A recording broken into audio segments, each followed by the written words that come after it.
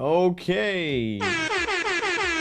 Hello everyone. Welcome. It's been a while, but I'm back with a new series and this is gonna be a long one. So yeah, glad to have you here. I can already see some people chatting in the chat. Darko. Yeah, please let's use English so that other folks can understand. But yeah, I'll get back to your comment later and we can like discuss it.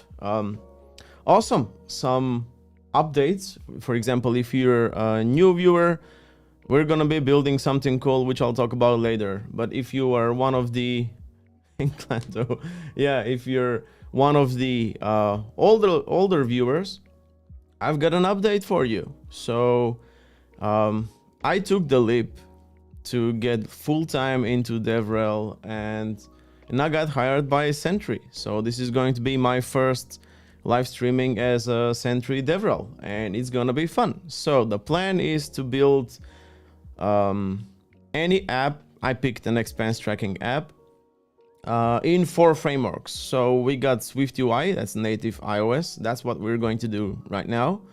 And I'm gonna be doing that for a month. Then next month I'm gonna focus on React Native, basically redoing the same expense tracking app, but in React Native instead, so we can see the differences between SwiftUI and React Native. And then the month after that, we're gonna do again the same app, but in Flutter, and then in Maui at the end. So that would be like December or January. So yeah, 4 frameworks: SwiftUI, React Native, Flutter, and also Maui. 4 cool technologies to work with. Honestly, I have like mobile apps have been my upbringing into tech. So that's how I started. That's how I got into tech, and that was my drive. That was my reason to start learning programming and become a developer. And I haven't worked with mobile apps in like 5 or 6 years easily. I started off with native Android, then native iOS. So I think this month is gonna be cool to go back to Xcode, revisit iOS as a platform, Swift as a programming language. But full disclosure, I have never worked with SwiftUI. It is totally different, and yeah, I'm giving you a heads up because I'm gonna suck a lot, but we're going to learn everything on the fly. So that is the plan. Let's go back to Darko's comment.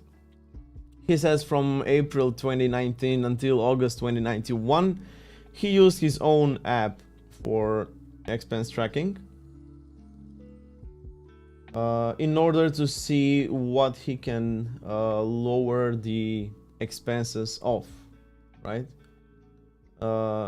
He built it with Puppeteer, and he scraped the net banking portal of a local bank to fetch the data. And the front end had like three versions, everything with React. That sounds pretty cool. I gotta say that sounds pretty cool. So yeah, we're not gonna be using web technologies, but we are going to build an interesting expense tracking app. I already have a Figma design ready for that. So we're gonna be using the same designs throughout the next 4 months as we build through the platforms that we plan to. And at the end, see what's best. Yeah, we're basically going to do a huge experiment of checking out these 4 frameworks, but with a real app. So it's not like a smallish to-do app. We're gonna go a month for every platform, for all the platforms. So if you don't have any questions, I think we should get started. This is what we're going to build, right? This is the design. As you can see, it has like 4 tabs at the bottom. Right now we are on the expenses screen, and by the way, I have my I've had my inspiration from the Dime app.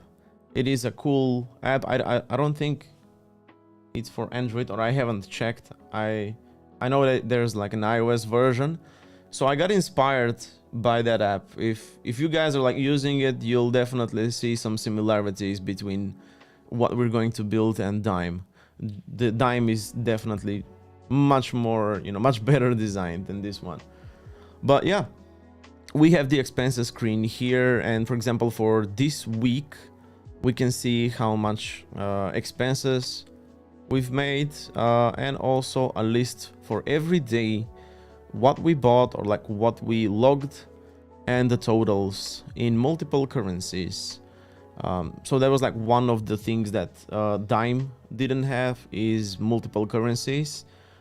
Me coming from North Macedonia, I am buying my groceries in Macedonian dinars, but I'm paying my subscriptions in US dollars. So I do want to handle Macedonian dinars and US dollars differently.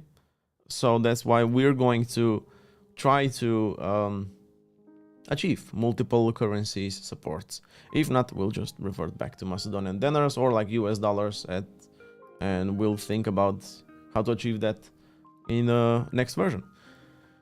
So, right, this is the expenses screen. Then we have, for example, the report screen. And the report screen is gives us the report screen gives us charts basically on how much money we've spent every day, and also like a cumulative graph on like all of the stuff that we've spent, all the categories, where most of our money go, and etc, etc. And also a little preview of all of the transactions that we've logged so far below the charts. So I envision this as like going swiping left to right, so we can move through the weeks. And I haven't prototyped that yet, but when you click on the filter button up top, I was thinking maybe we can show a little pop-up where we can choose between a weekly report or a monthly report, etc. So that is the report screen. First, I'm gonna jump into the settings screen. Right now we only have erase data, so we can like erase everything that we have and start from scratch. And we also have the categories. So the app will of course come with no categories at all. So we need to build our categories from scratch.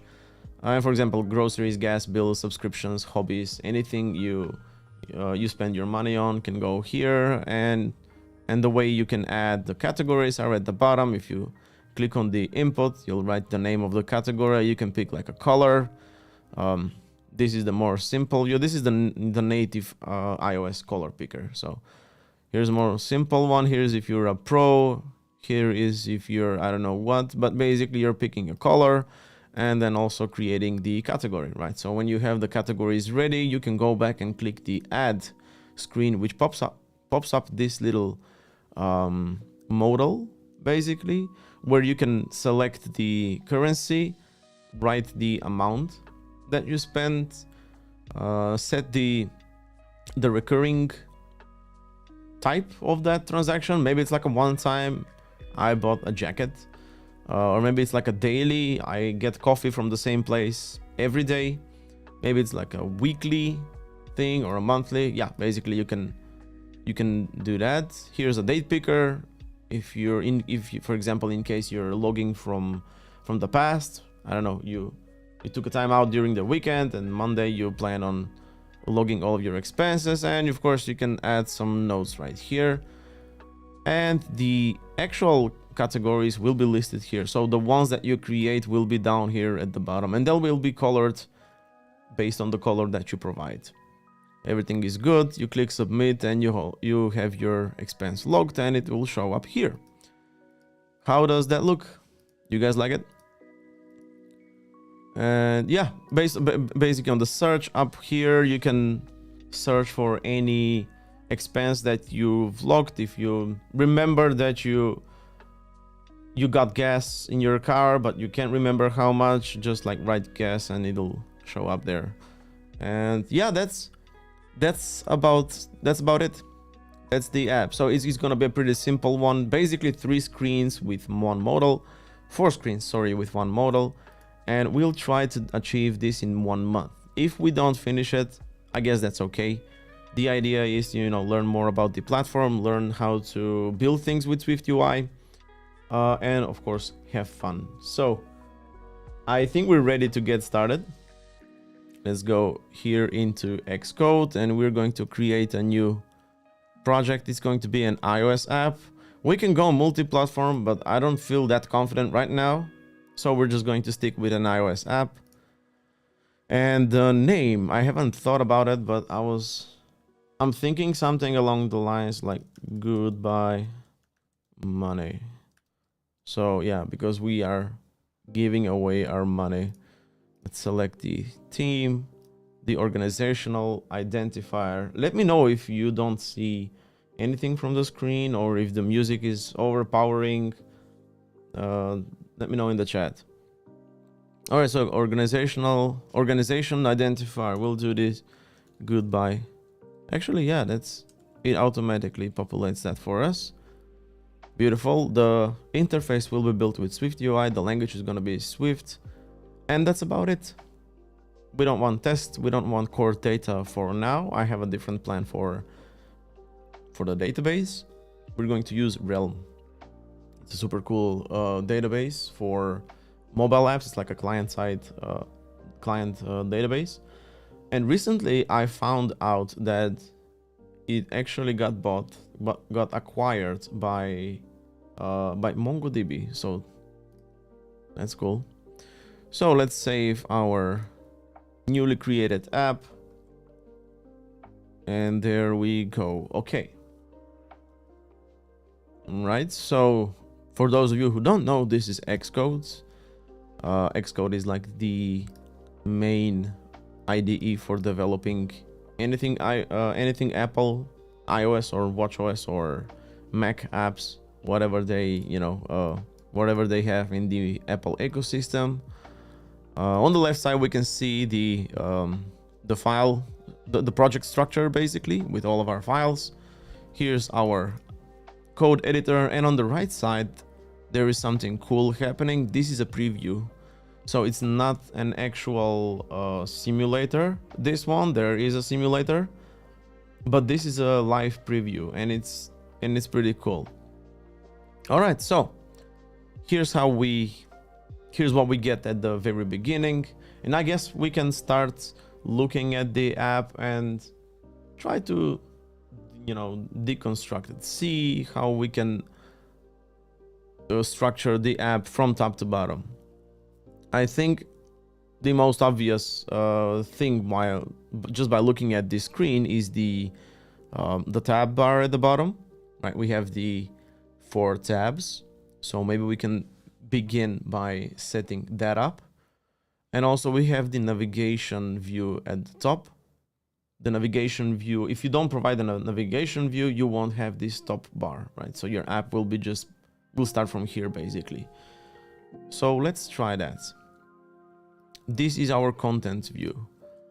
It's a good idea to structure the app, to set up the folders right from the very beginning. So let's create new folders into our project. Let's call this screens, I guess, because we'll have these screens inside of the, all of the screens, and everything else will be outside. Then we can have a new folder called components. By the way, I'm starting with a capital C. I'm not sure if that is, if someone of you is like an iOS expert, you let me know if that is according the naming rules. So yeah, we'll keep the components here, we'll keep the screens here. If we stumble upon any utilities or things like that, we can create the folder immediately there then. And I guess that's okay for now. Let's create a new file, and we will call this file, oh sorry, it's not actually here. We need to select the SwiftUI view first, and then name the file expenses, right? Expenses. Yeah. Okay. Here's the hello world dummy text. Let's just write hello expenses. Now let's also create a new one, and that would be for reports. And we'll do hello reports right here, just so we can see if the tab is working and all of that. Right, so we'll go back to the content view. The content view is basically the main entry point of the app. And we are going to add the tabs now. So I think it was like tab something. Was it tabs? Tab view. Yeah, it was tab view. It was tab view. And now we need to provide the tabs. Just to be sure, I'm going to open the documentation right here, so we don't waste a lot of time digging through the stuff. So let's check out SwiftUI. Check out the documentation and search for the tabs.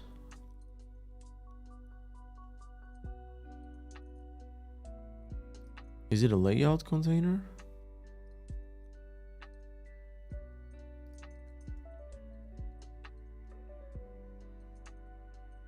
Tabs, tab view. This is not a really helpful search. All right, let's see. View fundamentals. There's a view, any view. These are all just views basically. Controls, button, links, menus, pickers, indicators. They're not here. Presentation, maybe they're in the presentation. Yeah. Tab view. Well, why didn't it show up in the search? All right, so here's the tab view. That's how we can define it.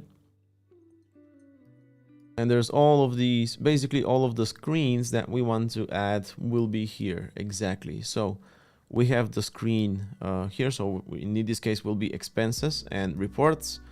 And we can say .tab item and provide all of the stuff that we need, right? So we can do expenses as our first tab. And then we'll do tab item, and that also accepts a children property, basically, if you're coming from React. And we can add the label inside. So we'll do label expenses. And I'm not sure about what is this now. Cannot convert value of type screen to, oh, I guess it needs an image, a system image. These icons, I don't know where these icons are. Let's see, iOS system icons. If we can find, yeah, we can find a list of them, and then we can pick icons. I don't have icons for this app. I just need to find any icons that are built in within the framework itself. Let's go back.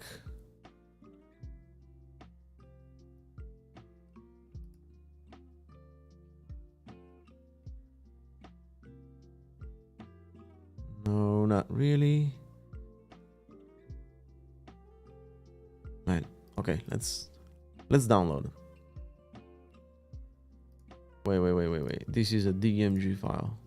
No, we don't want to do that. Release notes.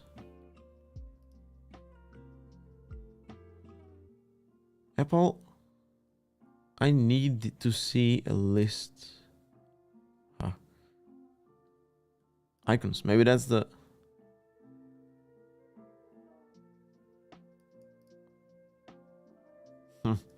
iOS list of system icons.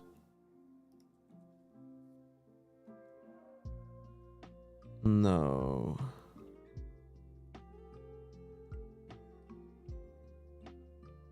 Yeah, they have an app, the SF symbols. All right, I guess we'll download that. Where was it? Yes, we'll download that and see.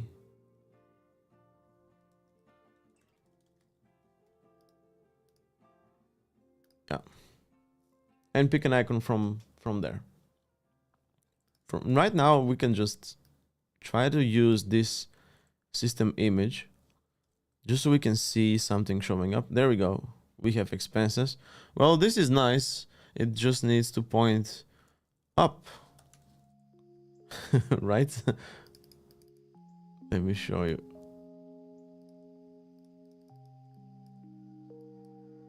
Oh, nice, very nice. I'm not sure if you can see, but yeah, it's like a tray with an arrow pointing up. Nevertheless, we got the expenses. The next thing, we want to do is add the report. So we have the report screen already. The funny thing about SwiftUI is that you don't actually need to import your files here. So me coming from a JavaScript world, we need to import everything. But in this case, you don't really need to. So that's interesting to see. There's the tab item. Let's add a new label, and this will be called reports system image. Do we get? No, we don't get anything. Let's check the downloads. Let's install the app, and then we can see. Okay.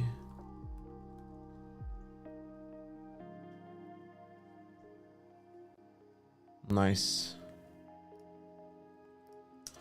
SF symbols beta.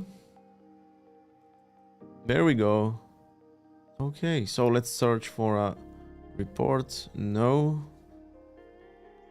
What can we use? Money, coin, Bitcoin.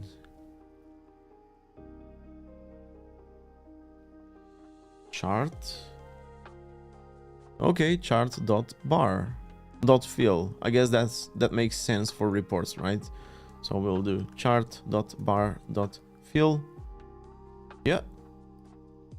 Hello reports, hello expenses. We got the tab bar working. Okay, so we also need to add the navigation item, and now I'm not sure if we can embed that here. Let's see. Navigation view. So we're going to embed the tab bar into a navigation view, right? And what if we say navigation title expenses? It doesn't really work like that. So hey Shayna, how's it going? Morning. Right, so we cannot add the navigation here, meaning we can't have one shared navigation view for all of our tabs. We need to basically provide it here, navigation view, and it actually makes sense because every screen is going to have its own icons and title. Everything's going to be different, so it makes sense to be here, right? So here is the text. And we can do navigation title. We'll do expenses right here. I bet it was something like this. No.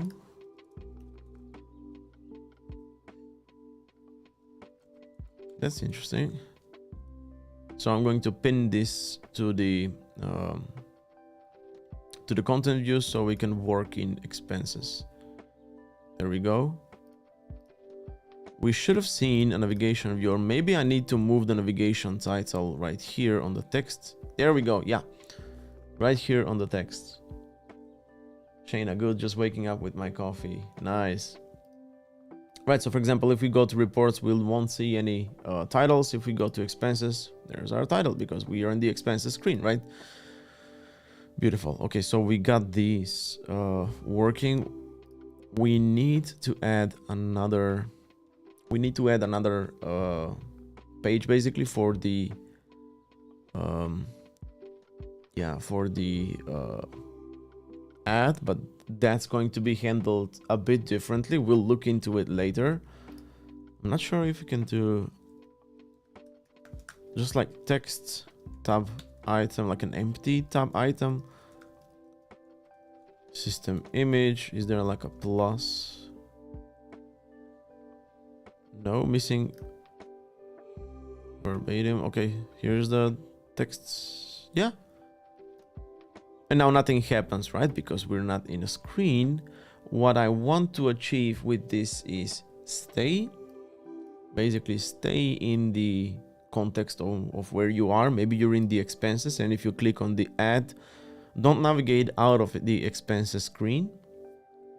Let's see, 1, 2, 3, it should show up there. Yeah, don't navigate away from the expenses screen, but show up the ad sheet. That's called a sheet. We'll keep this for now, and we also need to add the settings screen. So let's also create a new screen file for the settings. There we go. There's our settings screen, and we can go back to the content view. I'm going to place it the first file and do settings and register the tab item, right?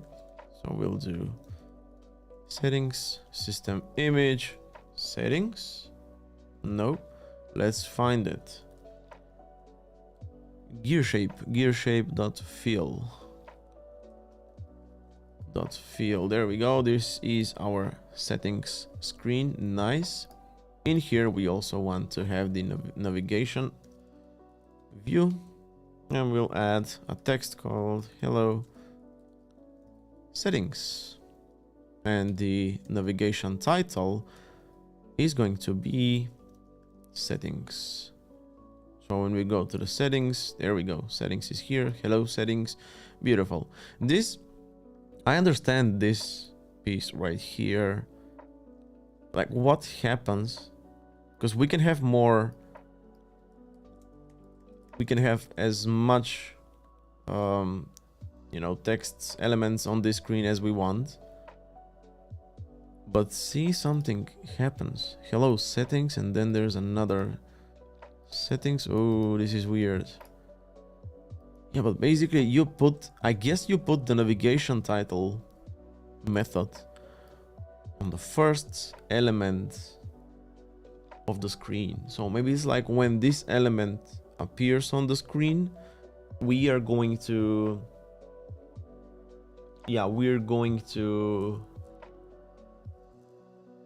change the navigation title to something else, right? Can you folks see the chat? Like, is it all wrong? Or it's just me? It's just on my side that it looks weird. Let me know, because Shayna's last 2 messages are very cryptic. I need to fix that. Okay, so we got everything. What do you want to start working on? I think we can start working on the settings screen, because that is like the easiest, the most straightforward one. We only have a list with 2 items, categories, and race data. Let's do that, right? Oh, and by the way, we'll try to enforce a dark scheme. It does look very weird. I don't know why is that.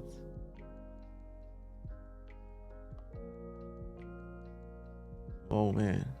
Yeah, we need to figure it out.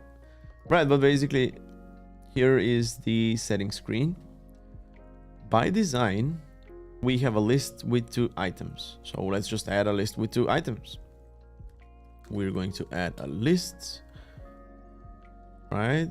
I'm going to stick to the settings. I'm going to stick to settings right here. Force the color scheme. And if we add element 1 and element 2, you can see that this is basically our lists, right? So in the first thing, the first element we want to add is the categories, and that will navigate to a different screen. And the second element that we want is the destructive action. I said destructive because it needs to be read.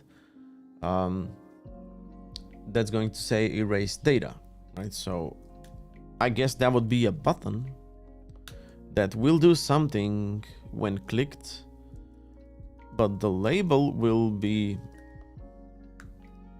we'll see if it's a label or text. Erase data.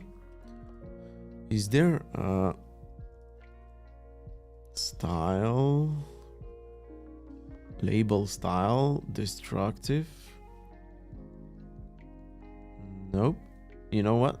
Let's try that with text and see if we have a text style. Text case, text selection. What about other? No. Okay. Time to Google. So iOS SwiftUI text destructive. Oh, wait a minute. Maybe it's actually the button style instead of the text style, right? Label style. No, it's actually not. Button style. There we go. Button style. Plain. I think we're getting there. Button role. Okay, so the button's role is destructive, and the callback is going to be something destructive. So we're going to remove this, and we'll set the role to destructive, so it should be red. There we go. Nice. So clicking this will erase all the data. So we should probably also add, are you sure about that? So in case anyone clicks it by mistake. Okay, so we got the second element done. The first element was, let me see, the first element was the categories. And as you can see, there's a little icon on the right that tells you that it's going to navigate somewhere else if you click that icon, so, or like that row. So let's try that. This is going to be a horizontal stack. That's a thing in SwiftUI, and I honestly love that, you know, concept of stacks and building UIs with stacks. So we're going to do a horizontal stack with a spacer and basically a text, a spacer, and then we're gonna add, we'll see how we can add the icon. Maybe there's a way, but in order to actually have the navigation working, we are going to embed everything into a navigation link. So the navigation link was this. What was the destination? Label. There we go. Here's the label, and the label will be, oh my god, I wanted to write an H stack, but we're not in JSX. So yeah, expect to have like these kind of bloopers from me. Okay, H stack. We're gonna add a text, and that text is going to say categories. There we go. And we don't actually need a space, or we don't actually need anything right now. That's about it. We just need to add the destination in here. And let's create that. So we'll create a new file, SwiftUI file. We'll call that categories. Beautiful. We'll do hello categories right here, and we'll go back to the settings and we'll just say categories, and that's it. So if we go to the settings screen, we can see, oh wait a minute, yeah, I needed to add the, let's try navigation title settings. Not here. Right, inside, sorry, inside.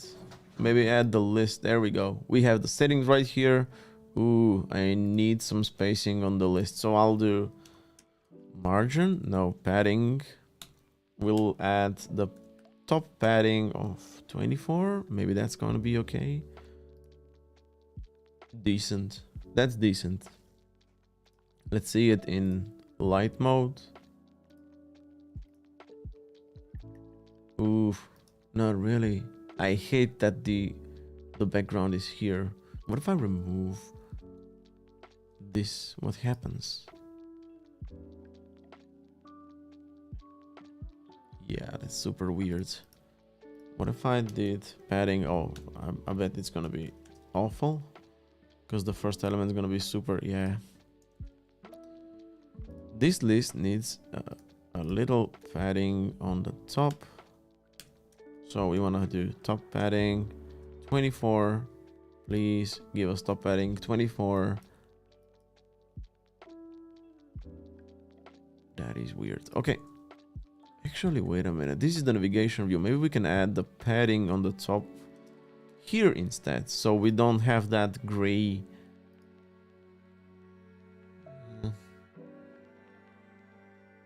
Not really. It's about the navigation title right here. That's being set over there and it's clashing. It's basically, yeah. What if we add the padding after that? Because funny thing is, these methods, the order that, you know, the methods are being executed have a difference. So it's exactly how you would expect. But we cannot have expectations. All right, new follower. Fanta, thank you so much for the follow. I have a text issue. I don't know what's happening, but we gotta look into it. We can't leave this, can't let it be. Okay, I'm struggling with this. I can't add a top padding for some reason. Yeah, thank you. I can't add a top padding for some reason, which is cool, but let's see. Let's check out a documentation and see if we can find anything on margins.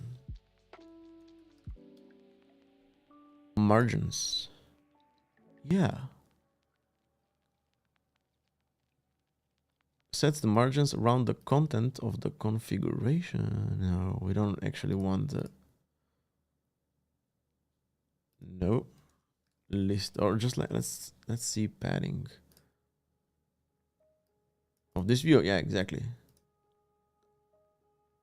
So we have the text, we have the padding. But what about the lists?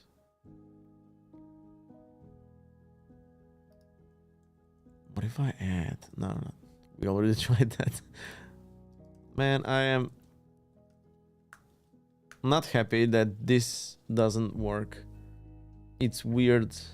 It looks very weird. Yeah. It looks very weird.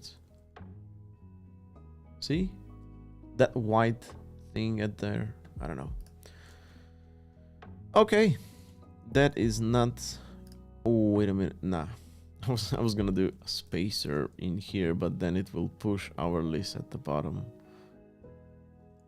Definitely not a good idea. Or what if we did a vertical stack right here and wrap our whole UI? Now the button is... Man, this is so... Let's see. Let's add a padding on the vertical stack instead. Yeah, it messes up the whole layout, so we don't actually want to do that. I guess we'll have to live with it. I bet there's a way, but I don't want to spend any more time on this right now. Let's see, come on. There we go. Okay. This is gonna be it. So if we press on the categories right now, we can see that we are in the hello categories screen, and if we go back, the navigation is working, right? So the title, basically the title of the settings screen turns into a back button, right? We'll go to the categories. Let's see if we can say navigation title categories, and if that picks it up, we'll go categories. Yeah, there we go. We have the categories here. Nice. So even though our view is not wrapped with a navigation view, we can still set the navigation title right here because we are that screen is a child screen of another screen that also has a navigation view, and these two share the same navigation view, as you can see. Okay, nice. I really wish there was a way to leave some space at the top, but okay. But if I add an empty text, this is the dirtiest trick.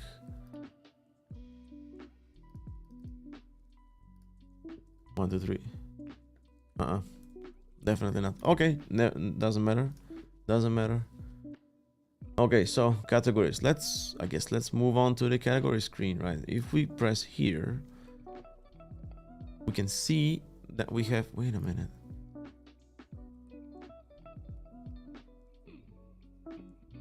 You see this? Like there's a list, but maybe, let's go dark mode.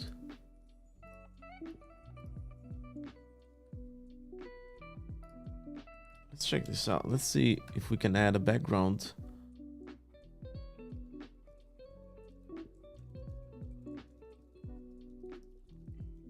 Color, no.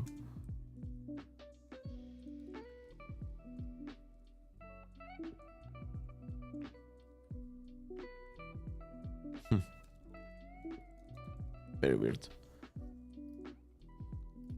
But basically, this is the navigation. What if I wrap the navigation view in a VStack? Would that be weird? If you ask me, it'll be super weird, but hey, let's check it out.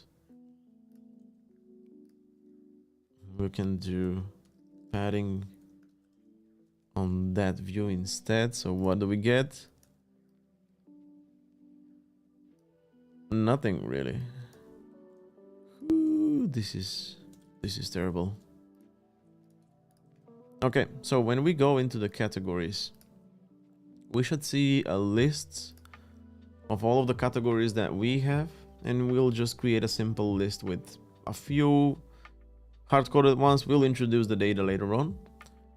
And then at the bottom right here, we should see this element, right? We have the input, the color picker, and the button for submitting the category. So let's try to build this screen.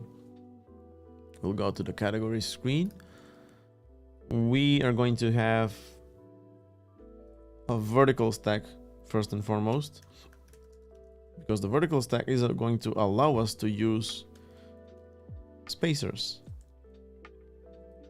We are going to have a list, and in that list I'm just going to place like a few texts. I don't know, groceries, and then bills. Let's unpin this right here. Groceries and bills and subscriptions, for example. That would be cool. Now there's another thing we can do, is the row actions.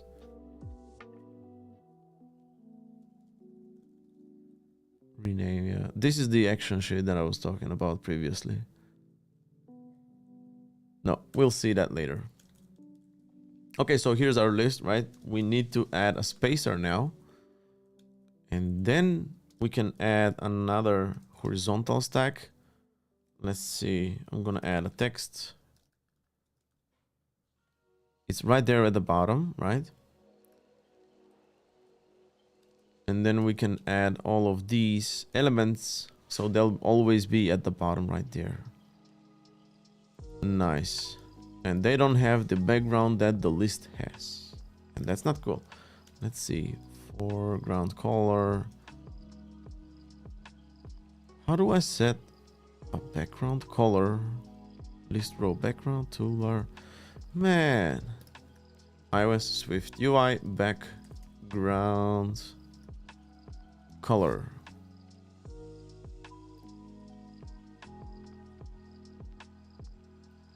What? Just like place the, no.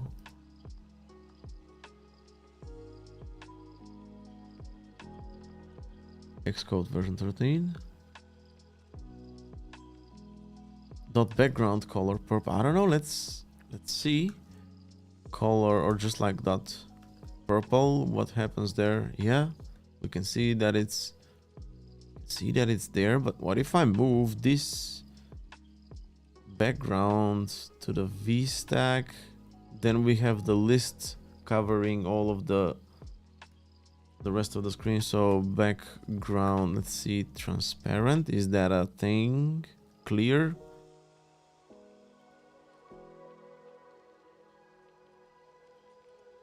No.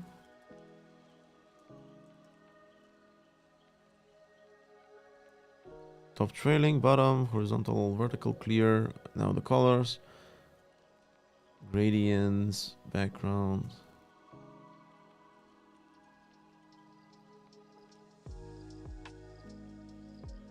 Everything is different. So here's how we can define a background on the V stack, but on the list we need to do something else. SwiftUI list background color. Let's try that. Yeah. Scroll content background. Damn. Scroll content background hidden. Everything is purple. Love it. Okay, that's how we can change the background. Okay, so let's see. If we do something in the lines of a gray, but not that gray. Gray dot lighten. Not a thing.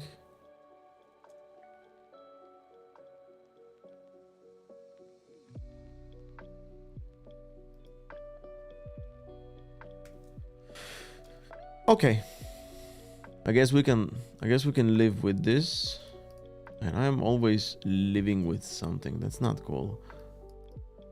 So here's the, oh, wait a minute. What if we were to do this? This is a crazy idea and it's definitely not gonna work, but let's try it out. Place all of these elements inside here. Yeah. It's not what we want because it turns them into list elements. All right, it doesn't matter. We'll try to paint that one the same. Okay, background is something else.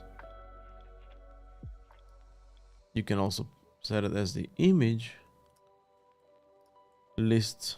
Let's see, what if we can grab the default background color?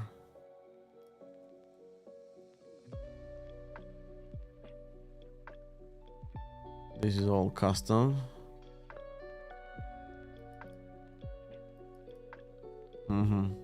No. All right, let's try to build the bottom bar. We need an input first, and I guess that's a field, text field.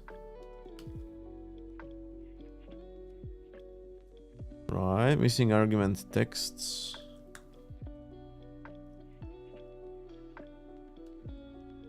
Title and text.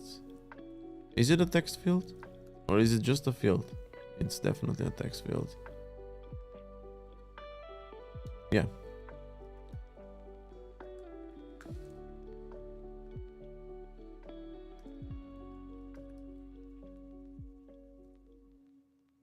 String is a... Ah, yeah, it needs to be a binding. A binding of a string. Okay. Let's define a binding. Binding var new category name. It's going to be a string. And we need to use that binding right here. New category name. Is it happy? And now it needs a...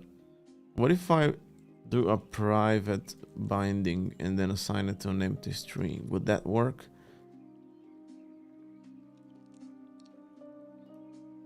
Yeah, it's not gonna work. Let's just see if we can add...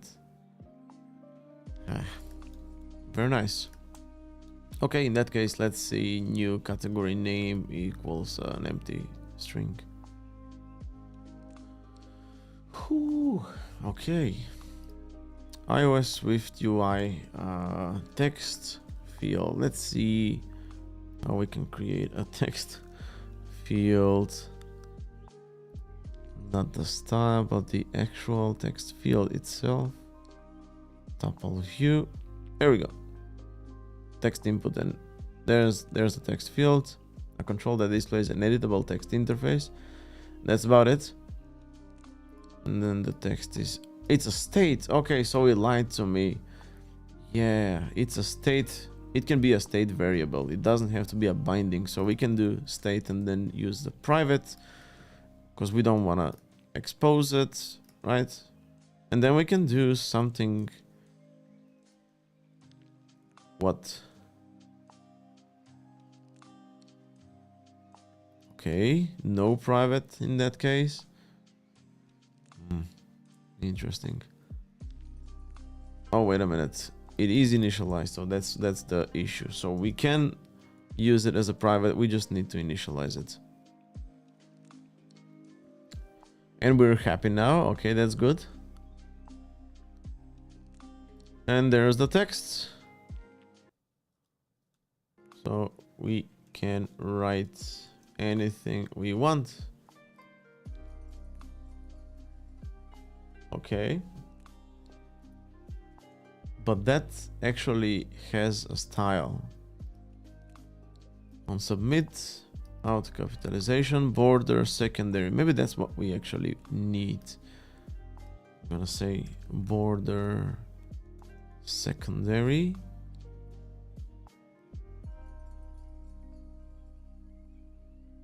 Yeah, and it doesn't have a body like this. It only has these. There we go. Right, so let's try to basically bring it as close as, you know, as close looking as this thing.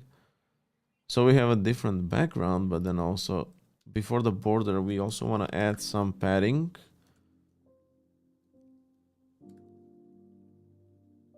Okay. This horizontal stack should also have a padding.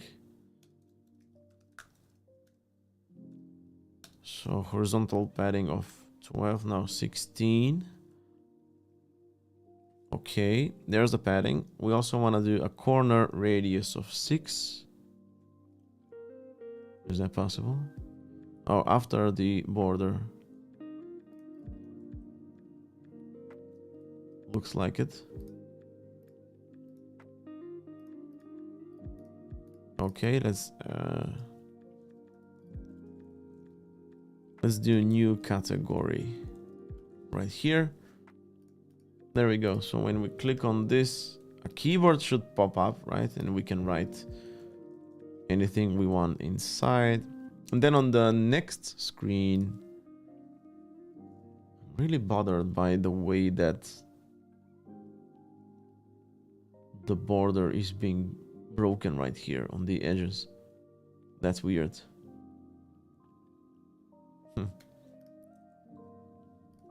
Focus text input, auto capitalization, never auto correction, true border, and that's it.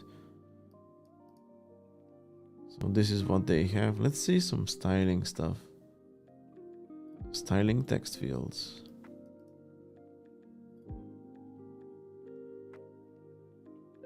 Text field style, rounded border. There we go. We don't actually need to do it manually. We can just do text field style, rounded border. Nice. That's exactly what we want. Beautiful. All right. So we also want that little clean button on the right.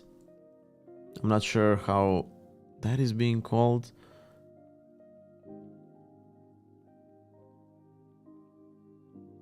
With an optional value. No.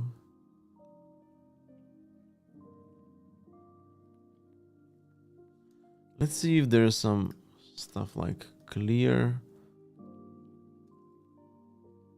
remove, erase.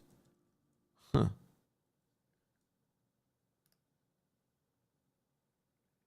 Rounded border. These are all the styles. We don't actually care about the styles right now.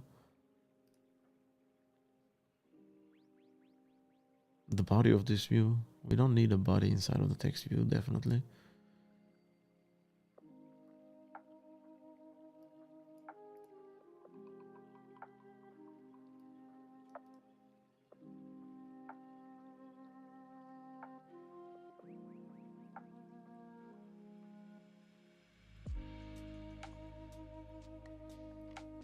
There's a prompt as well. We can probably use that and also have wrapped everything in a form. So we have that. Yeah.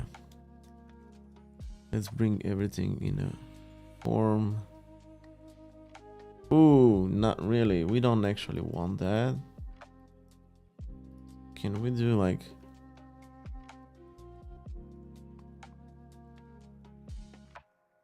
frame?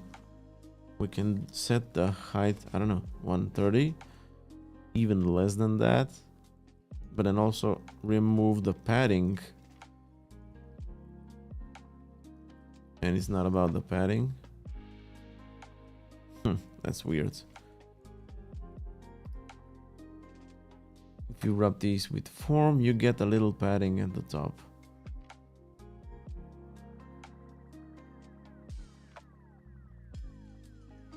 We can do that later. So we have the text field, and the text field needs to have that little X.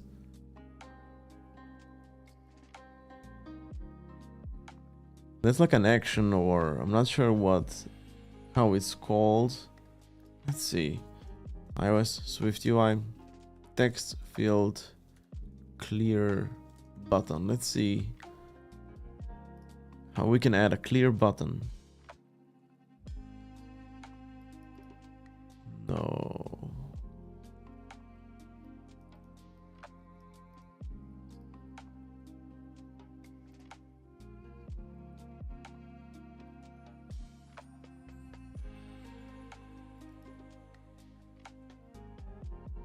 Not sure why we need to add a focus state.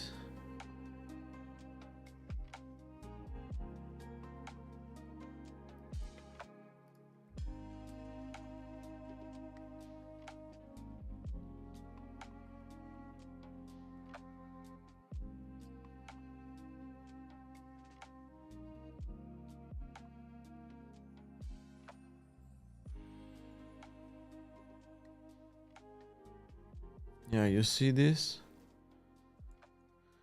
We are going to need the new category name state variable, because of course we need to keep the we need to keep the value somewhere, but I'm not sure why we needed to keep the focus state as well. Darko, do you ever go to co-working spaces in Skopje? Do you have any recommendations? No, I just sit at home. It's much better than any co-working spaces. No, I've never been to any co-working spaces before in Skopje, so I can't give you any recommendations. I'm not sure even how many are there. I don't follow that. Okay. We are struggling, guys. How do we add a clear button to a text view without reinventing the wheel? No. It should be like introspect. Oh, that is a no. I don't like that. View modifier.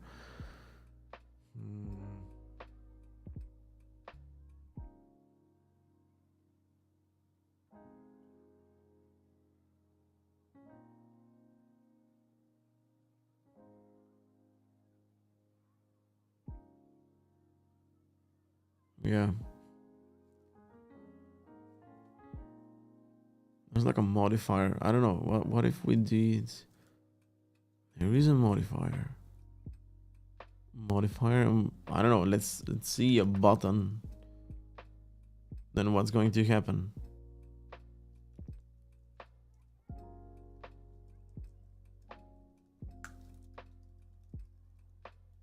Hello.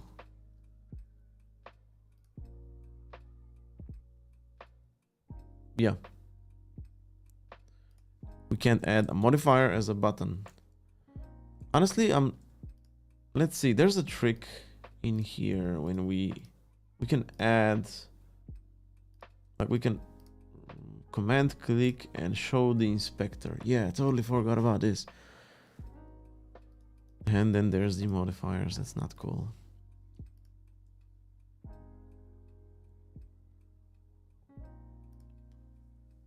Padding, accessibility, modifiers, text. Here's the style, and then also the modifiers. Opacity, clear, button. Alert, badge. We don't actually want that. Right? Alright, let's add a badge. It says label. And it's nowhere to be found.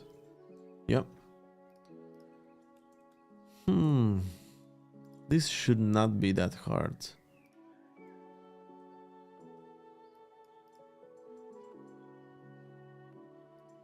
There's still a lot of limits to SwiftUI. There are. And that was 3 years ago.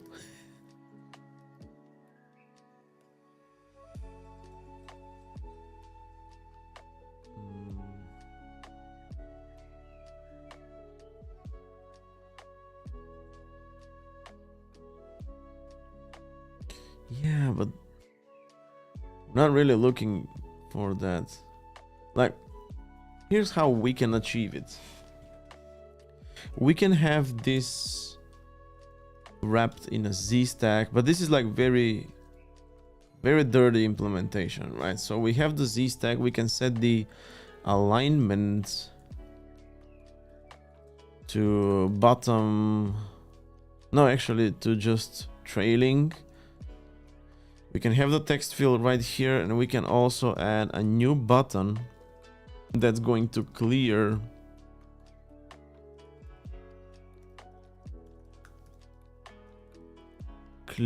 texts or like clear inputs. We can add the system image. Let's pick an icon for that. Clear or like X close, X mark circle fill, right? So X mark circle fill. There we go, but we only want the label style to be just the icon only. So there's the clear button. So technically that's about it, right? But we don't actually want that. We can add a padding on the right,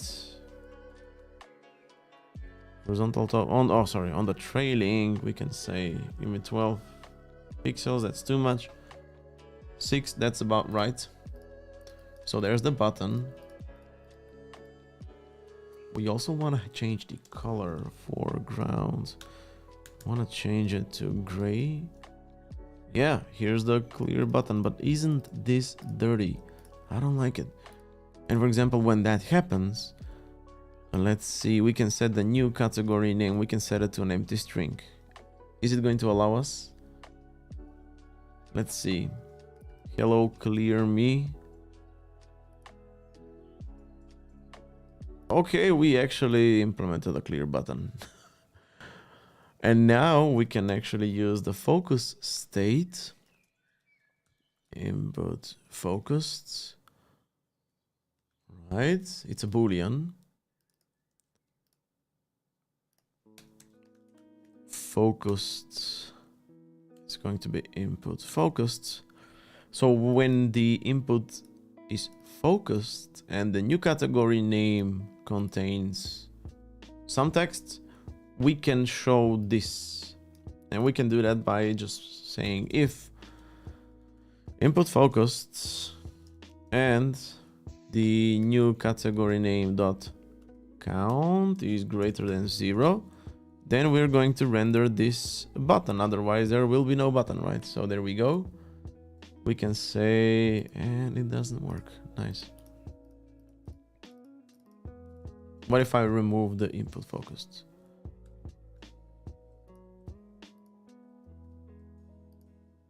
Yeah. But what if I do this and then like trigger out the focus, like click somewhere here? I don't want the... Well, we can like keep it there. That's cool. So we're not going to need the focused state, or maybe, wait a minute, just like for fun, I want to see, because this is not a Boolean right now. It's probably wrapped. It's a wrapped Boolean. So input focused, raw value, hash value. No, it's actually a Boolean. That's interesting. Yeah, I don't know. We'll just not do that for now. And also not do the focused, because maybe we also need to handle the changing and all of that. So we should take care of that. But we don't actually need to in this case. So we'll keep it more simple. Here we go. We built our close button. So this is the stack. Then we have the color picker. And that's going to be a fun one. And then there's also a button at the end. We'll do submit system image, and let's pick an icon like submit, send. There we go. We can do paper plane fill. Paper plane dot fill, and the label style is going to be the icon only. We also want to do some magic on the button itself, right? So we want to do the background is going to be blue. The foreground color is going to be white. To see the icon, we want to add some padding. I don't know, 6. Let's see. Oh, it's actually, the padding should be within. It's crazy how, let's see. Yeah. I don't know. The padding in this case behaves like a margin. It's crazy. And if I set the padding to the button, you would expect the button to have, like, to basically expand and leave some space inside, but no. It's not that. And we also want to do some corner radius. Magic 6, maybe like 12. No, that's too much. We'll keep it at 6. Okay, that is the submit button. We can try to click it. Nothing's gonna happen because we don't have anything in the callback, but it looks okay. And now for the actual color picker, I saw something like iOS SwiftUI color picker. I saw something on it, yeah. Color picker alignment guides, and we want to have a selection like a background color. Okay, this looks fairly easy. We're going to create a new state variable. Red, green, and blue. That is the background. No, it's going to be the new category color. There's going to be the new category color, and we are going to say color picker right here where we set the selection. Okay, so new category color selection is the, what did we name it? New category color. Oh, no. We actually don't need the style. Is there like a style? Picker style. Inline menu segmented wheel. No, that's not the picker style.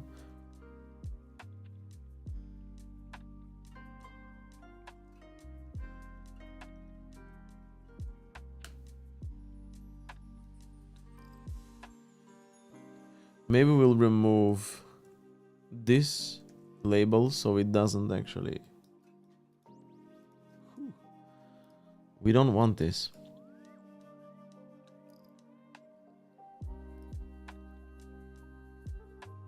It's a color picker, so it should have the picker style removed.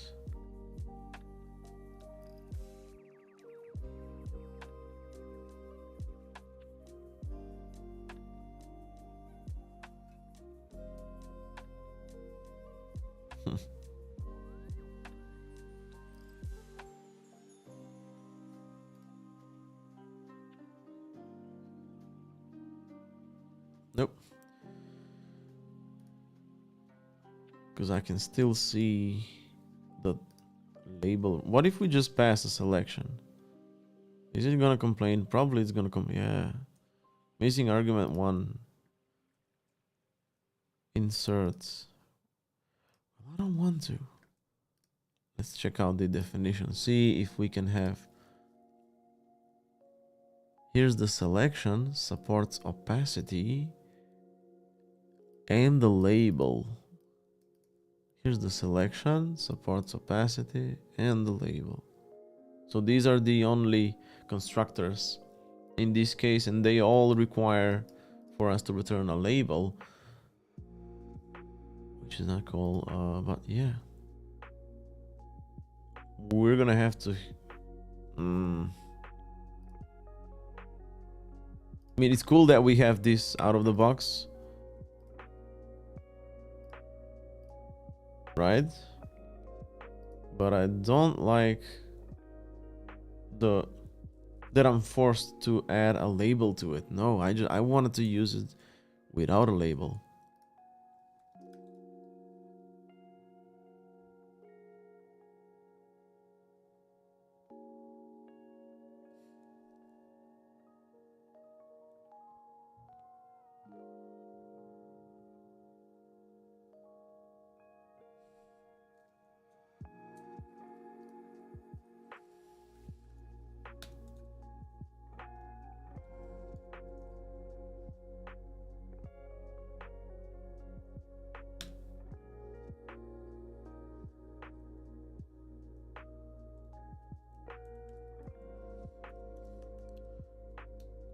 What if we do something like this? It's complaining.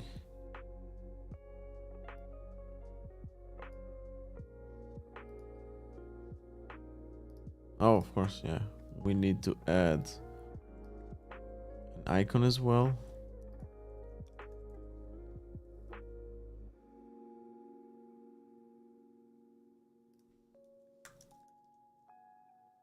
This is probably not correct in Swift. Oh man.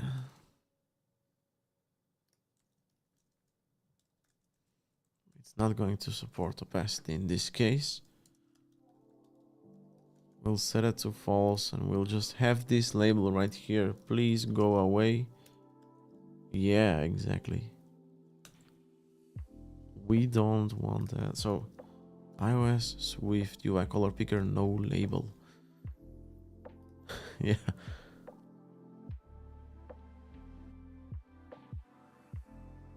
Labels hidden, is that a thing? Woo. Okay, there we go. Nice. We just need more space around here. Let's check out the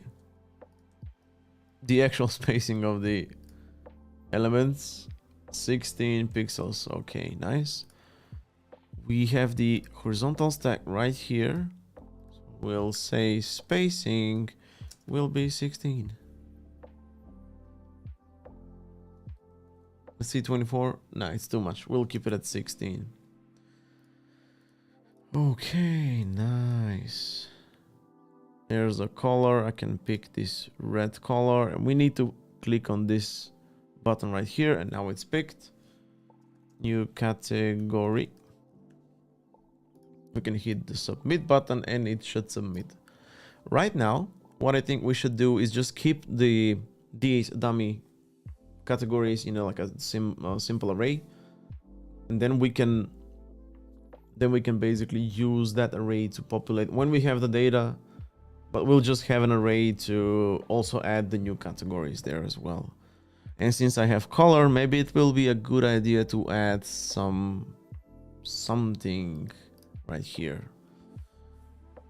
Okay, so I'm gonna create a new group right here, and we'll call this models, because we are going to build all of our models inside. I'm gonna create a Swift file for this, which is going to be a category. We're going to create a new structure called category, and that category is going to be because we want to write it. That would be codable, hashable, let's say, and also identifiable. So since it's identifiable, we also need to provide an ID. It's gonna crash. There we go. We also need to provide the ID. It's gonna be an integer. We don't care about the ID that much. We want to have the name. We also want to have the color. And what else? That's about it, I guess. Does not conform to the protocol decodable. That's crazy.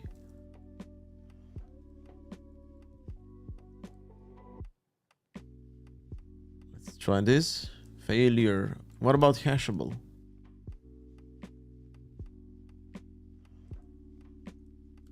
What about just identifiable?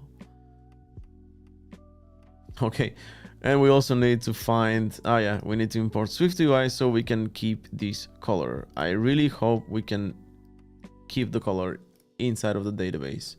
What if I remove the foundation? Is it gonna crash? Probably it's gonna crash because these are probably kept in the foundation. No, it's actually okay. Nice. So we have the category model here. What we can do right now is create another state variable called categories, and we're going to introduce the database later on, but this is going to be an array of a category, and initially it's not going to be like an empty array, or should we like, yeah, let's try to create the dummy data right here. So we'll create a new category. I don't know, the ID is going to be 0, the name is going to be groceries, and the color is going to be, I don't know, let's say blue. Then we have bills, ID of 1, color is purple, let's say subscriptions, and the color is red. So these are the categories, right?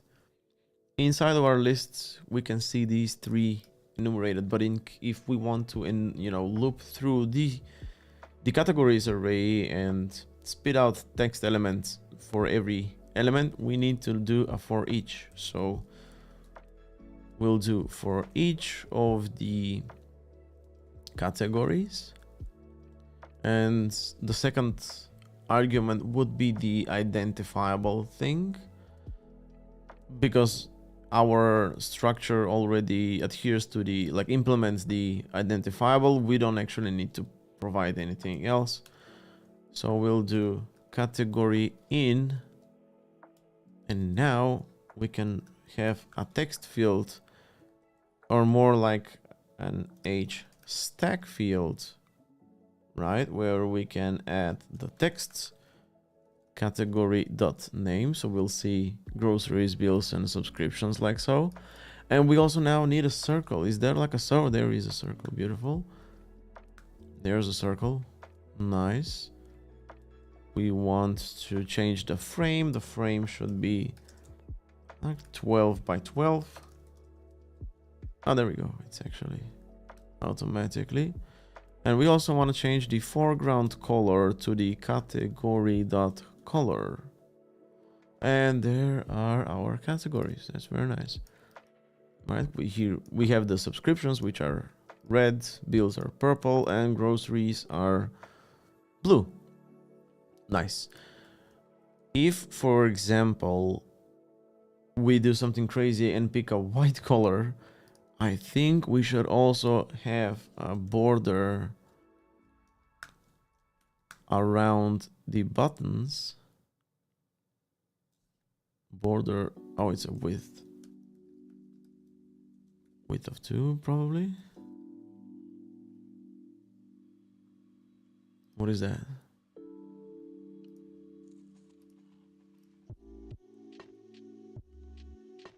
Nope.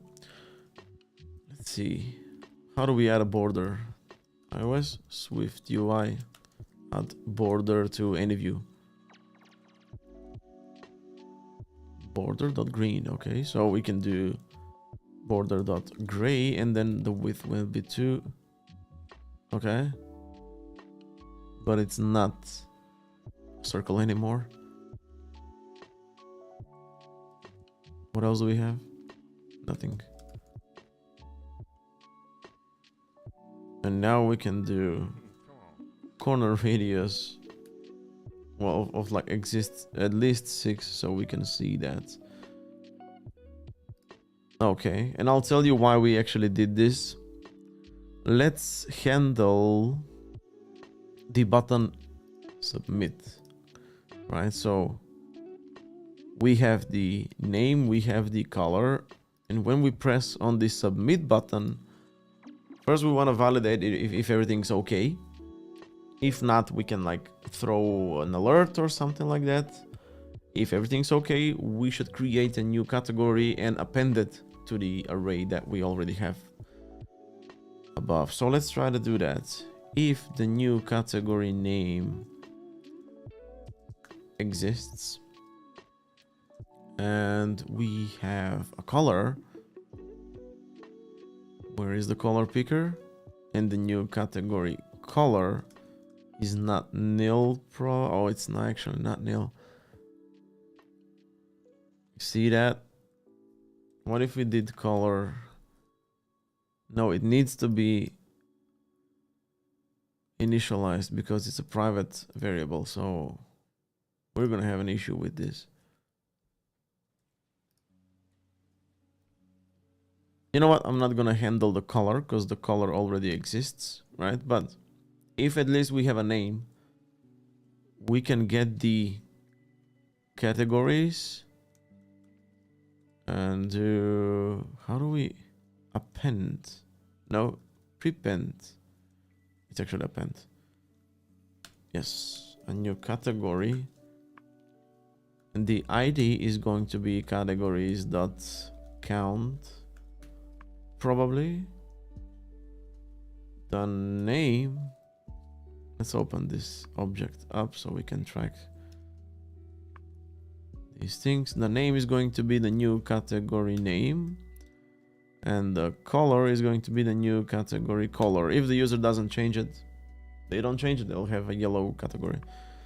So after we append this, we want to reset the new category name. And I guess that would be it, right? If it doesn't, like if there is no name, then we need to show a little alert. Can we do that? Alert. Yeah, alert must provide a name, and we'll yell no. Is a text, okay? There's your text.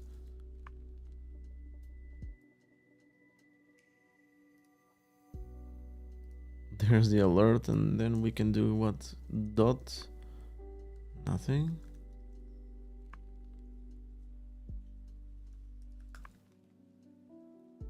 Hello. I don't think this is going to show up. Yeah, doesn't have a body. Let's check out the documentation side for the alert.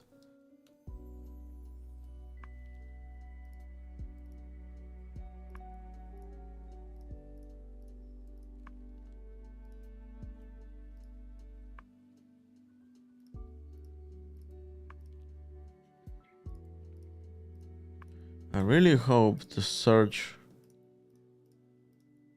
actually knew what I'm searching for and show me the alert page straight from the right at the beginning. Presentation. Maybe it's a presentation. No, probably it's not. Where is the alert? Show alerts. We have to Google everything. Okay, yeah. Dot alert is presented. So we need to add Yeah.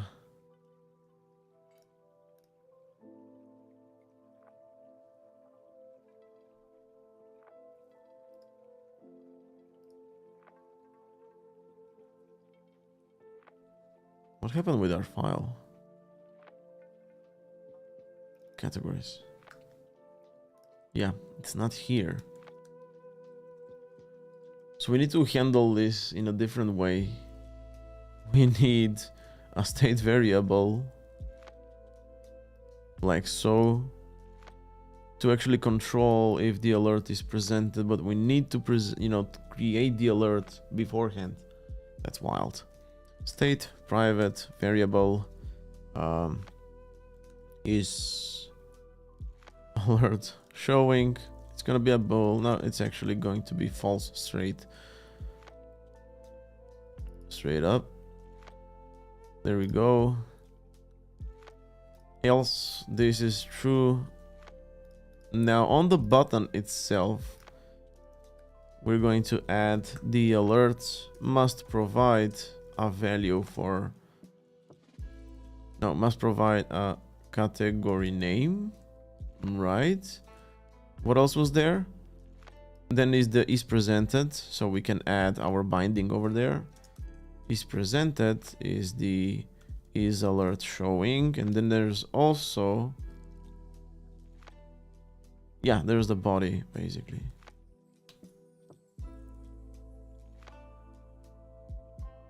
Yeah, inside we'll have a button that says okay. It's gonna be a cancel button, and when we click on it, we need to reset the is alert showing. So is alert showing will be set to false, so we can hide that. Missing argument label role. Is that how it's done? Button okay. Role is cancel. Okay. Of course. Okay, so we don't have a category name. Must provide a category name. Okay. Capital K. Must provide a capital. Must provide a category name. Okay, so what if we did new category for this? And now we submit. We can actually see the color and the category right here. Very nice. And now let's see the case where I pick a white color. We will not know that there's a color here if it wasn't for the border, right? So that's why we need the border. But we can see that the border is still breaking, so we need to fix that. It doesn't look very good. We need to find the circle. There's a circle. What if we add a shadow?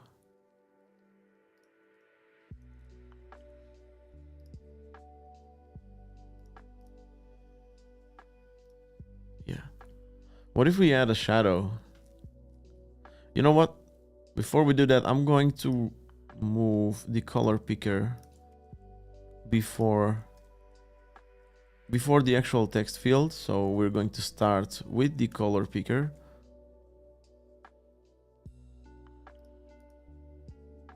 Oh, wait a minute. That's like the Z stack. I need to add it here. Yeah, because we have the color and then the name. I also want to do color first.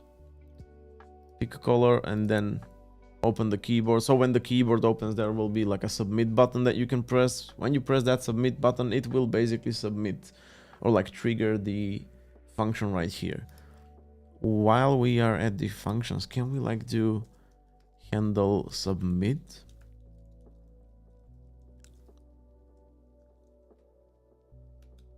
Is this how they do functions in? Okay, there we go. Handle submit. And if I move this,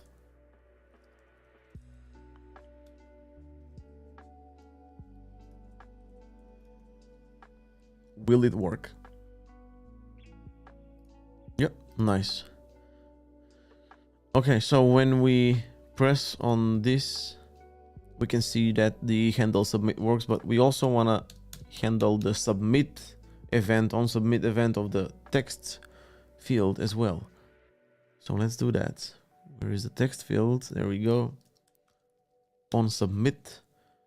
And then we'll pass the handle submit function right here. So when we're here and hit enter, we can also see must provide. The enter is basically the last button, right? So that's what we were looking for.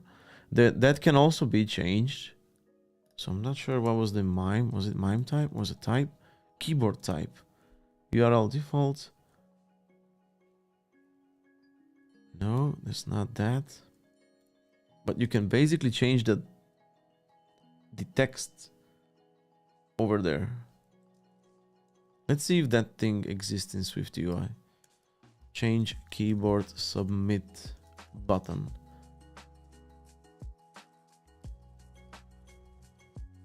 Submitted label. There we go. Submit label. Okay. Well, we'll just say submit. Or like, I don't know, create. Yeah.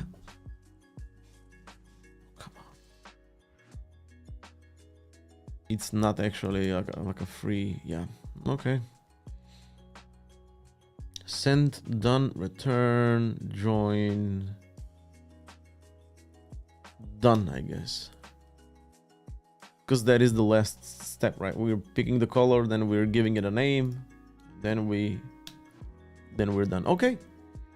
This looks decent. Let's go back to the content view and see how it all functions. There we go. We can go to the settings screen, go to the categories. We have our category, Ooh, we don't want the tab bar to show up here. No. We gotta hide it. So we basically want to have the tab bar here, but when we go to the categories, we don't want the tab bar to show there. So how do we skip hide tab bar? Introspect Swift. No. Toolbar hidden for tab. Toolbar hidden for tab bar. That's interesting. So when we go into the categories screen, where is the navigation title? Toolbar hidden for tab bar. That's interesting to say. The toolbar is hidden for the tab bar. Okay, moving on to category. There we go. And now it should be. So I guess we need to go back to the settings and do the toolbar visible, right? To like get it back for tab bar. Okay, let's see. There we go. Now it's gone. And now it's even goner. So when we go back. Oh no. Full screen. Environment object self. Can we do like a full screen?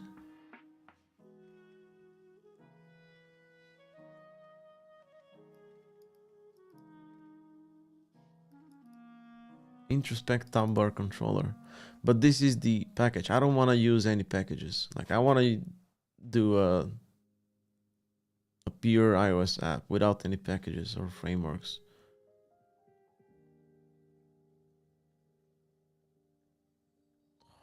No. All right, I guess it's too complex to do that right now. Go back and revert this as well. And let's check out the app again. Yeah, I don't like when you're pressing here, you can accidentally press here and you'll go back and like I don't like that. I don't like that thing. There has to be a way. iOS SwiftUI hide tab bar for in sub view. But then bring it back. We need to bring it back.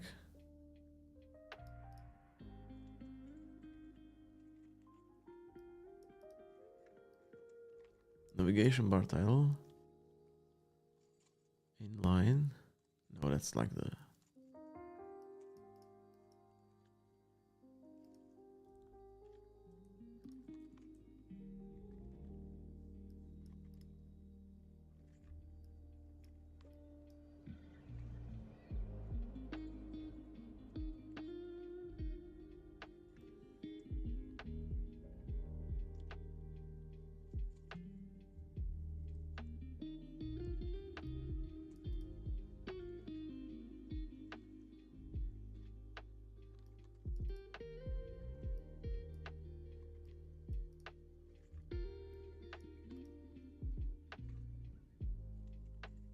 Yeah, you may want to rethink how you navigate your app. But I'm not sure, like, how do we navigate this app, right? We are in the settings screen, and when we press on here, we still have a button back, but we don't need these buttons. Like, that is a problem. We don't want these buttons to be there.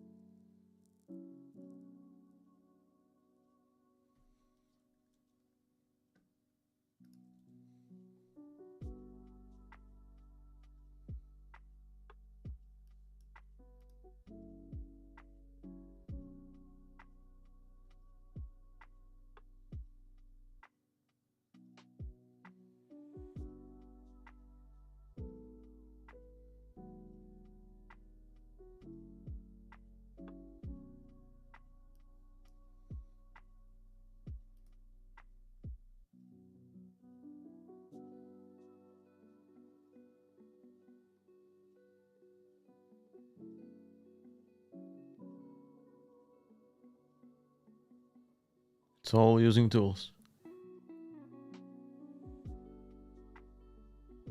Navigation bar hidden. Not sure that's what we want. I don't know. Let's just like give it a go. I'll pin this view here. Go here and do navigation.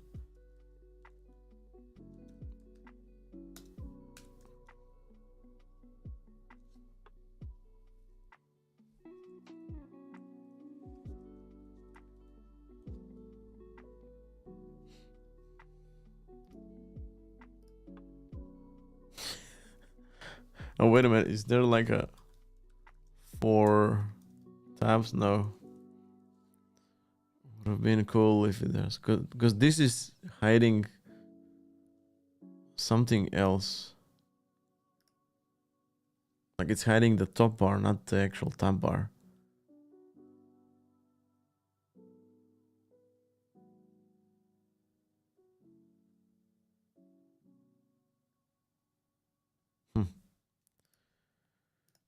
What was the tab view style? What was this? No. Oh man, that is not cool.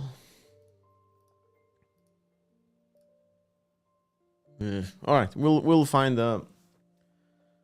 we can find another, you know, we can try to look for a different solution in future. I guess we're approaching until the end. We have like 15 minutes. I don't know, what do you guys want to do? What do you think we should do? Maybe we can try to achieve this delete functionality. Yeah, let's try that. So we can do SwiftUI list row delete action.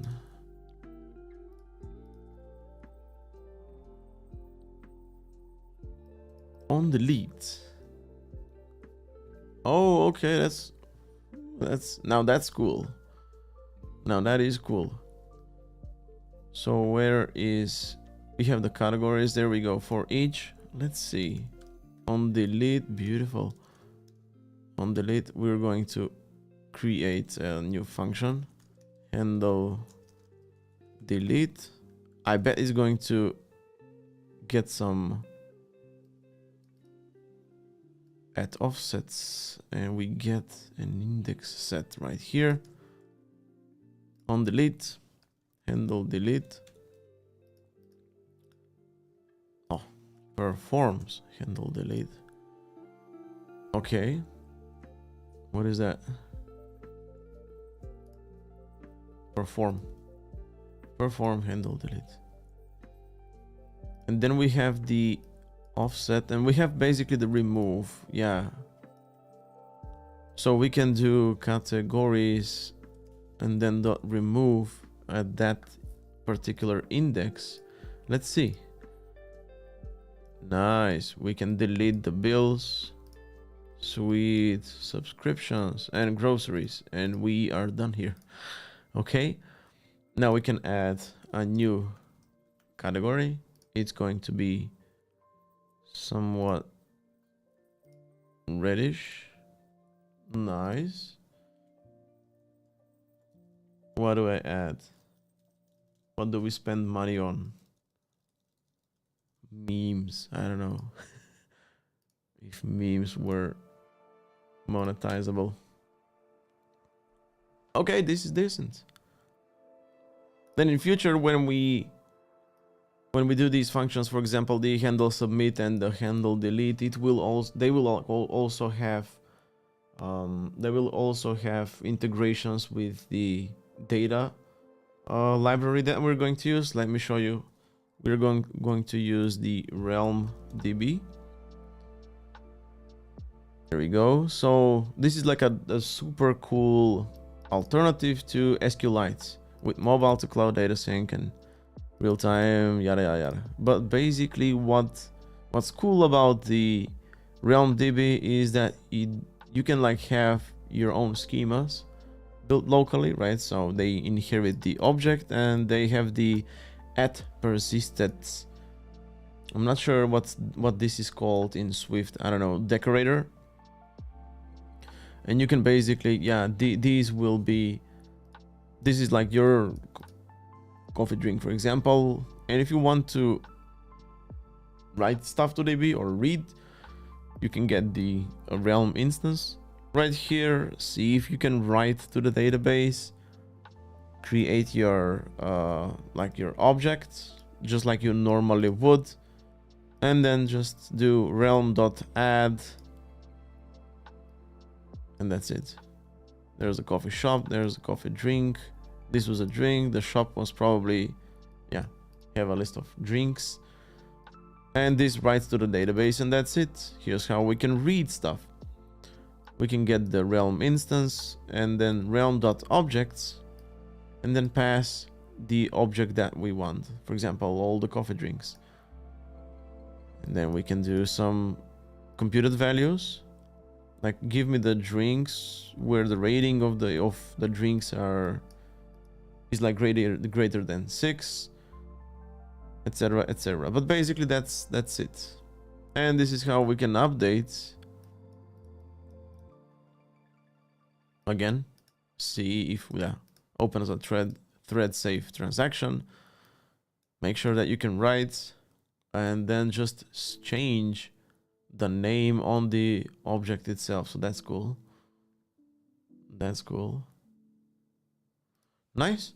So yeah, we are going to use Realm for this.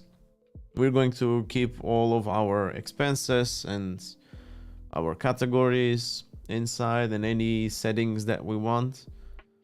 And then also when we introduce that, we can also implement the erase data settings that we built in the settings screen. So we'll basically get all of the database that we have locally and just wipe it clean. So yeah, that's the plan. I guess we're okay like for now.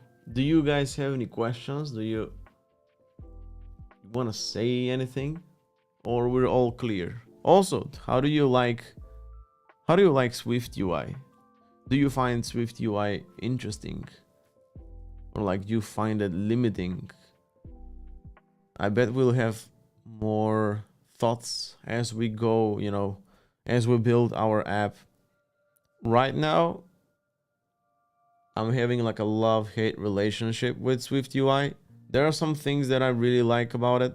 There are some things that I don't need to do manually, but I still have to do manually, like the clear button. It's pretty straightforward, right? But yeah, that's about it. So if you guys are asleep, I guess we can go now. Thank you so much for watching. I'm going to do another stream.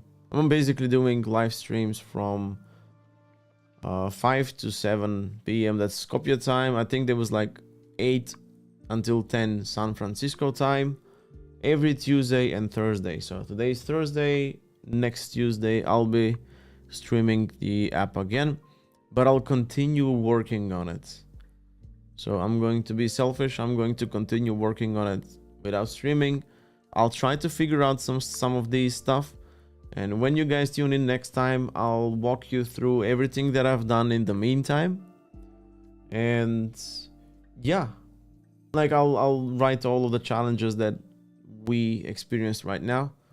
And also, yeah, try to overcome them and then explain what I've done to fix them or to overcome those challenges. And then we can proceed with the app. So that's it for now. Yeah, I hope you guys enjoyed this stream. And yeah, see you next week. Bye bye. Ciao, ciao.